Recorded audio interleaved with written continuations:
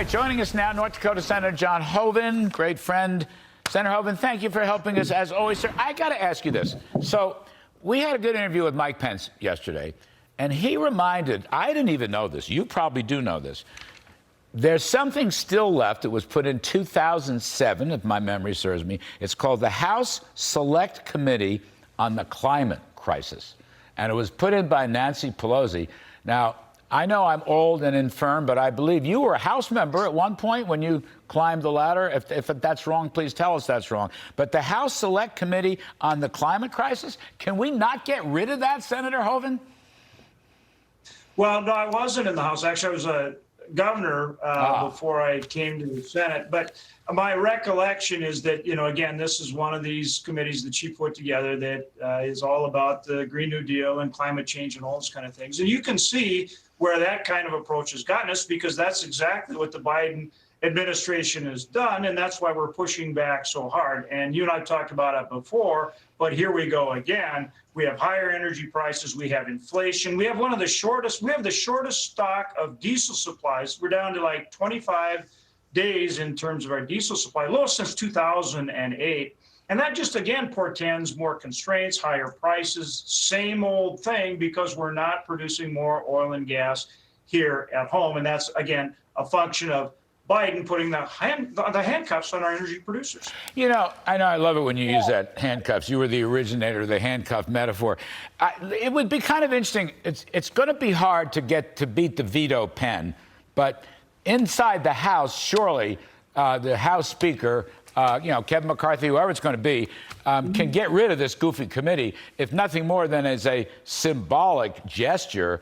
And the other point, Senator Hoeven, that I want to raise, a lot of smart guys have come on this show, including Rick Perry, but others. The most important single thing that could be done, say you all take office January 3rd, cavalry's coming, is unlock, as you say, take the handcuffs off the oil and gas production industry, because that would help to conquer inflation, and it would also help to conquer recession. It's exactly the medicine we need. It's like number one issue. Go for it right there. Now, I don't know how the heck you do it. Maybe you got some ideas. But besides getting rid of this goofy committee, I'd start there. Go unlock oil and gas production. It's cleanest in the world. Well, I think you're right on. I mean, I think that's exactly the kind of thing that Leader McCarthy will do. And we hope to get the Senate majority as well. And so I think no question that's going to help us not only stop the Biden agenda in a lot of respects, but hopefully get some of these other things done. I mean, obviously, we're going to have a lot more to say about appointments, and there's a lot that we can do there. And no question, if we need to open up the spigot here at home. We're at 11.8 million barrels of production a day. That's down from 13 million when we should be, at 14 or 15 million barrels a day. And so, again, it all goes back to holding up production on federal lands, then holding up the permitting, that preventing us, the ESG stuff, preventing us from moving the product around the country. And I think those are things, if we can get the majority in the House and Senate, where we can have an impact. And of course, then in 24, really turn it around and get back not just to energy security, but energy dominance. You know, Senator, some of these late-breaking races, okay, we just had Don Bolduc from New Hampshire. Guess what the big issue is? Fracking. There's a shortage of home heating fuel, for example. We just had Mehmet Oz. Guess what a big issue is? Fracking in Pennsylvania, where Fetterman was against it for his whole career until the debate the other night. I mean, it's fascinating to me how these chickens are coming home to roost.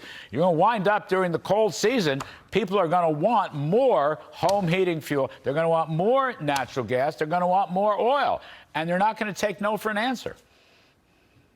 Larry, we're really going to see it in these winter months with the cold weather coming on. It's not just the availability of supply, but the price. And earlier you were talking about stagflation, which is really where we're at. I think when you look at the forecast, the Fed continues to raise the discount rate. You're looking at the forecast for future GDP. And one of the most effective ways you can combat stagflation is by producing that energy here at home. Not only does the additional supply bring down prices at the pump and in the grocery store, it puts people to work, and that grows GDP. So, I mean, it's a twofer. It is absolutely the key to fighting inflation, to fighting stagflation, and to making a big difference in people's, pocketbook, whether they're going to the gas station or the grocery store. I think you're so right.